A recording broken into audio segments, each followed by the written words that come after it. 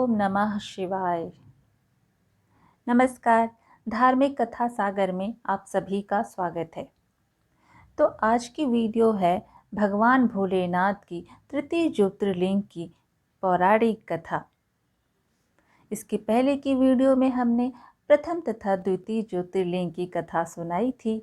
उन दोनों कथाओं की वीडियो लिंक आपको डिस्क्रिप्शन बॉक्स में मिल जाएगी। महाकालेश्वर ज्योतिर्लिंग शिव जी का तीसरा ज्योतिर्लिंग कहलाता है।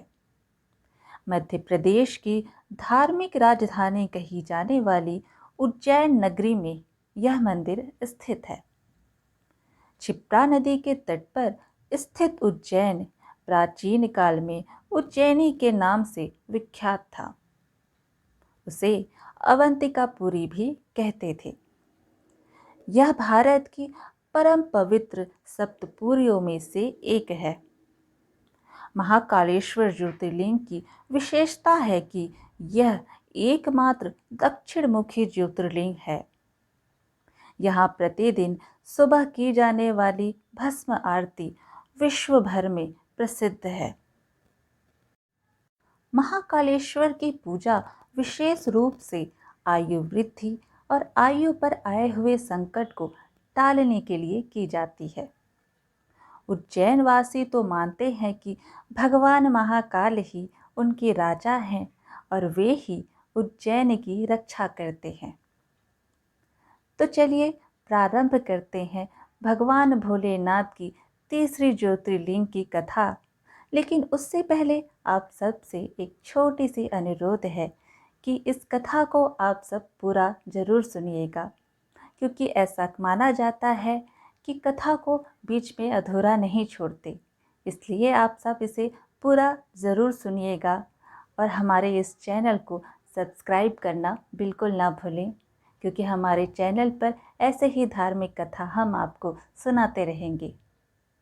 तो चलिए प्रारंभ करते हैं तीसरी ज्योतिर्लिंग की पौराणिक कथा। शिव पुराण की कोटि रुद्र संहिता के 16वें अध्याय में सूत जी द्वारा भगवान शिव जी की तृतीय ज्योतिर्लिंग से संबंधित दो कथाओं का वर्णन है। पहली कथा है वेद प्रिय नामक ब्राह्मण और उनके पुत्रों की। अवंती नाम से प्रसिद्ध एक रमणीय नगरी है जो समस्त देहधारियों को मोक्ष प्रदान करने वाली है। वह भगवान शिव को बहुत ही प्रिय है, परम पुण्यमयी और लोक पावनी है। उस पुरी में एक श्रेष्ठ ब्राह्मण रहते थे जो भगवान भोलेनाथ के परम भक्त थे। वे घर में अग्नि की स्थापना करके प्रतिदिन अग्निहोत्र करते और शिव जी की पूजा में सदा तत्पर रहते थे। वे ब्राह्मण देवता प्रतिदिन पार्थिव शिवलिंग को बनाकर उसकी पूजा किया करते थे। वेद प्रिय नामक वे ब्राह्मण देवता सम्यक ज्ञानार्जन में लगे रहते थे। इसलिए उन्होंने संपूर्ण कर्मों का फल पाकर वह सद्गति प्राप्त कर ली जो संतों को ही सुलभ होती है। उनके शिव पूजा परायण 4 तेजस्वी पुत्र थे जो माता पिता से सद्गुणों में कम नहीं थे। उनके नाम थे देवप्रिय, प्रियमेधा, सुकृत और सुव्रत। उनके सुखदायक गुण वहाँ सदा बढ़ने लगे। उनके कारण अवंती नगरी ब्रह्म तेज से परिपूर्ण हो गई थी। उसी समय रत्नमाल पर्वत पर दूषण नामक एक धर्मद्वेषी असुर ने ब्रह्मा जी से वर पाकर वेद, धर्म तथा धर्मात्माओं पर आक्रमण किया। अंत में उसने सेना लेकर अवंती यानी उज्जैन के ब्राह्मणों पर भी चढ़ाई कर दी।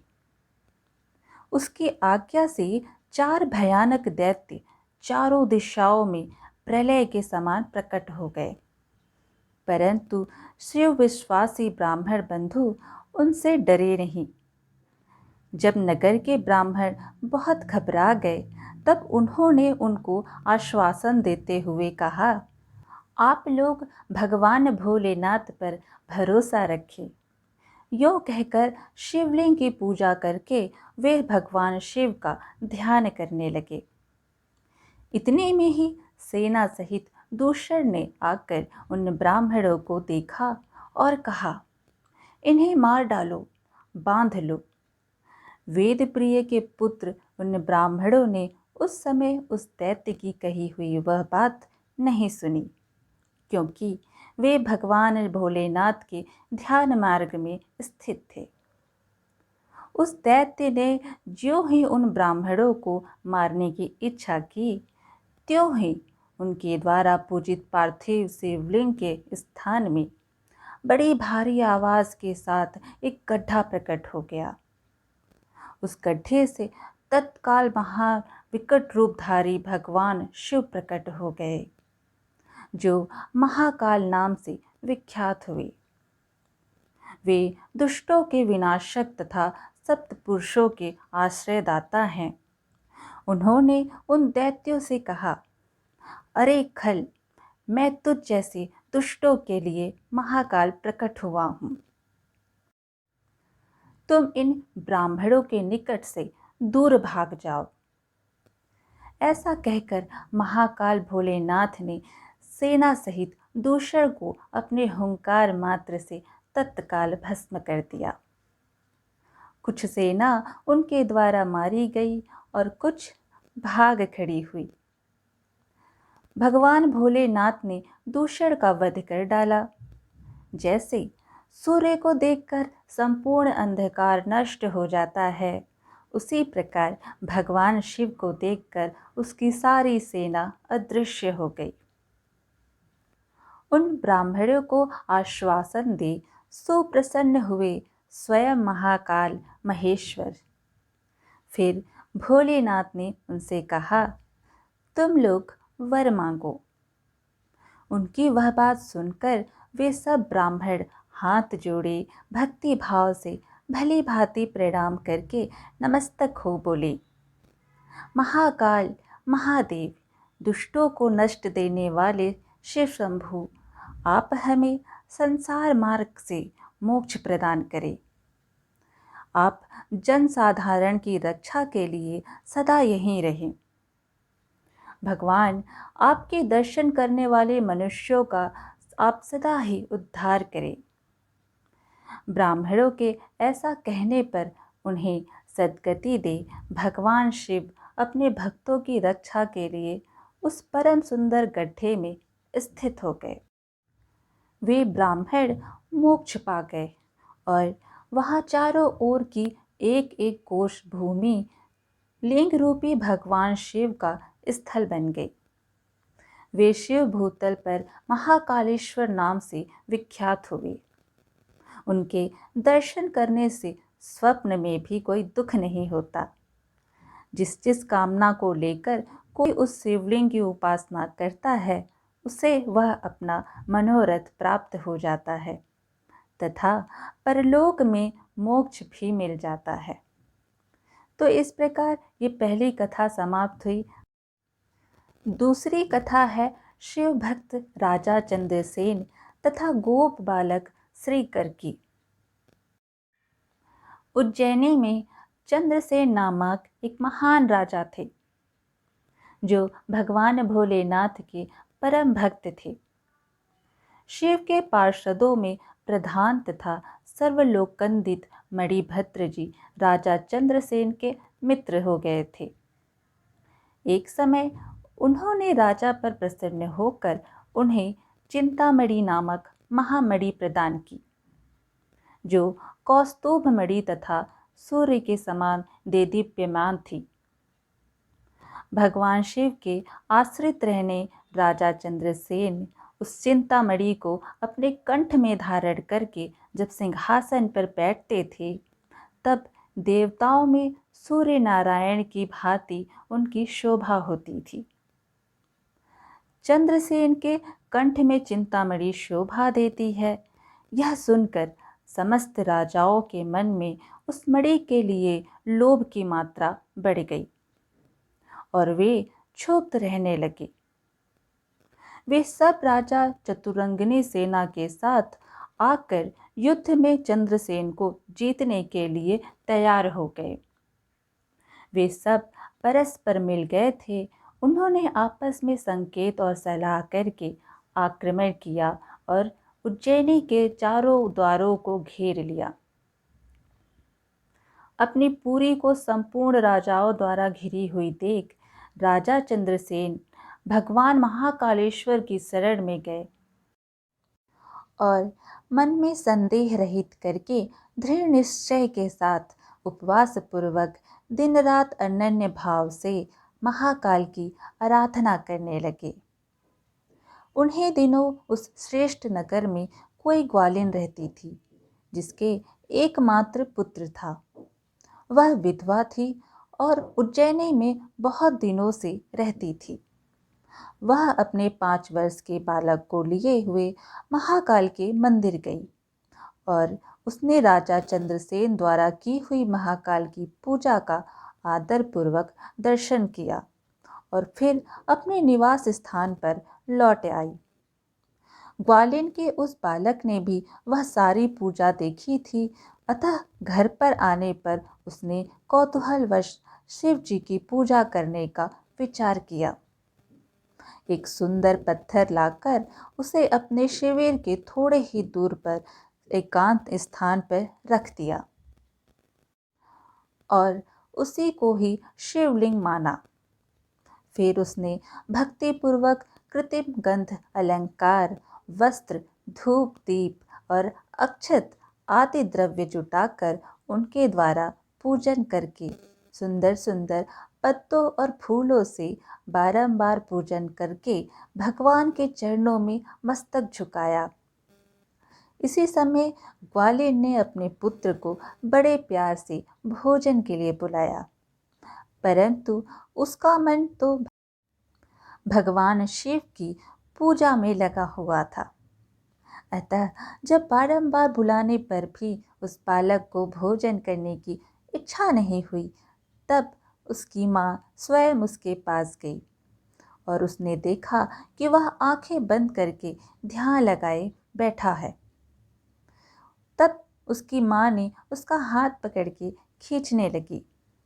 इतने पर भी जब वह ना उठा, तब उसने क्रोध में आकर उसे खूब पीटा और उसके सामने रखी हुई उस पत्थर को, जिसे उसने शिवलिंग माना था, उसे उठाकर उसने बाहर फेंक दिया और उस पर सारी पूजा की चढ़ाई हुई सामग्री को नष्ट कर दी।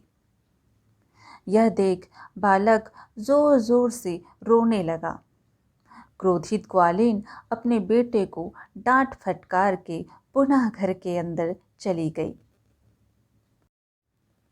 वह बालक जोर जोर से रोते हुए देव देव महादेव की पुकार करते हुए बेहोश होकर गिर पड़ा। उसके नेत्रों से आंसुओं की धारा प्रभावित होने लगी। बालक की अपने प्रति यह भक्ति और प्रेम देखकर भोलेनाथ भगवान शिव अत्यंत प्रसन्न हुए। बालक ने जैसे होश में आकर अपनी आंखें खोलीं तो उसने देखा उसके सामने एक बहुत ही भव्य और अति विशाल स्वर्ण और रत्नों से बना हुआ मंदिर खड़ा है। उस मंदिर के अंदर एक बहुत ही प्रकाशपूर्ण भास्वर तेजस्वी ज्योतिर्लिंग खड़ा है। बालक प्रसन्नता पूर्वक और आनंद से विभोर होकर भगवान शिव की स्तुति करने लगा। माता को जब यह समाचार मिला, तब दौड़कर उसने अपने प्यारे लाल को हृदय से लगा लिया। तत्पश्चात ग्वालिन ने राजा चंद्रसेन को सूचना दी, जो निरंतर भगवान शिव के भजन में लगे रहते थे। राजा अपना नियम पूरा करके रात में सहसा वहाँ आए और ग्वालिन के पुत्र का वह प्रभाव जो शिव जी को संतुष्ट करने वाला था देखा। मंत्रियों और पुरोहितों सहित राजा चंद्रसेन वह सब कुछ देख परमानंद के समुद्र में डूब गए और नेत्रों से प्रेम के आंसू बहाते तथा प्रसन्नतापूर्वक शिव के नाम का कीर्तन करते हुए उस बालक को हृदय से लगा लिया। सब लोग आनंद विभोर होकर महेश्वर के नाम और यश का कीर्तन करने लगे। उधर युद्ध के लिए नगर को चारों ओर से घेर कर खड़े हुए राजाओं ने भी प्रातःकाल अपने गुप्तचरों के मुख से वह सारा अद्भुत चरित्र सुना। उसे सुनकर सब आश्चर्य से चकित हो गए और सभी राजा एकत्र हो आपस में इस प्रकार बोले, ये राजा चंद्रसेन बड़े भारी शिव भक्त हैं, अतः इन पर विजय पाना कठिन है। ये निर्भय होकर महाकाल की नगरी का पालन करते हैं, जिसकी पुरी के बालक भी ऐसे शिव भक्त हैं। इनके साथ विरोध करने से निश्चय ही भगवान शिव क्रोध करेंगे और उनके क्रोध से हम सब नष्ट हो जाएंगे। अतः राजा चंद्रसेन से हमें मेल मिलाप ही कर लेना चाहिए। ऐसा होने पर भगवान भोलेनाथ हम पर भी बड़ी कृपा करेंगे। और उनके मन से वैर भाव निकल गया। तब चंद्रसेन की अनुमति ले महाकाल की उस रमणीय नगरी के भीतर गए। वहां उन्होंने महाकाल का पूजन किया। इसी समय समस्त देवताओं से पूजित परम तेजस्वी हनुमान जी वहां प्रकट हुए। उनके आते ही सब राजा बड़े वेग से खड़े हो गए। उन सब ने भक्ति भाव से विनम्र होकर उन्हें मस्तक झुकाया। राजाओं के द्वारा पूजित हो हनुमान जी उन सब के बीच बैठे और उस गोप बालक को हृदय से लगाकर उन राजाओं की ओर देखते हुए बोले, यह बड़े सौभाग्य की बात है कि इस गोप बालक ने शिव जी की पूजा का दर्शन करके उनसे प्रेरणा ली और बिना मंत्र के भी शिव जी का पूजन करके उन्हें पा लिया। गोप वंश की कीर्ति बढ़ाने वाला यह बालक भगवान शिव जी का श्रेष्ठ भक्त है। इस लोक में संपूर्ण भोगों का उपभोग करके अंत में यह मोक्ष को प्राप्त कर लेगा। इसकी वंश परंपरा के अंतर्गत 8वीं पीढ़ी में महायशस्वी नंद उत्पन्न होंगे, जिनके यहाँ साक्षात भगवान नारायण उनके पुत्र के रूप में प्रकट हो श्री कृष्ण के नाम से प्रसिद्ध होंगे। आज से यह गोप कुमार इस जगत में श्री कर के नाम से विशेष विख्याति प्राप्त करेगा। हनुमान जी इतना कहकर अंतर्ध्यान हो गए। महातेजस्वी श्रीकर भी हनुमान जी का उपदेश पाकर धर्मज्ञ ब्राह्मणों के साथ भोलेनाथ की उपासना करने लगा। महाराज चंद्रसेन और गोप बालक श्रीकर दोनों ही बड़े प्रसन्नता के साथ महाकाल की सेवा करते थे। उन्हीं की आराधना करके उन दोनों ने परम पद प्राप्त कर लिया। इस प्रकार महाकाल नामक शिवलिंग सप्तपुरुषों का आश्रय है। भगवान भोलेनाथ दुष्ट पुरुषों का सर्वथा हनन करने वाले हैं। यह परम पवित्र रहस्यमय आख्यान कहा गया है, जो सब प्रकार का सुख देने वाला है। यह शिव भक्ति को बढ़ाने तथा स्वर्ग की प्राप्ति कराने वाला है। तो आज की यह भगवान भोलेनाथ की तृतीय ज्योतिर्लिंग की कथा यहीं समाप्त होती है। अगर आपको धार्मिक कथा सुनना पसंद है तो हमारे चैनल के साथ जुड़े रहें। फिर मिलेंगे एक और धार्मिक कथा के साथ। धन्यवाद।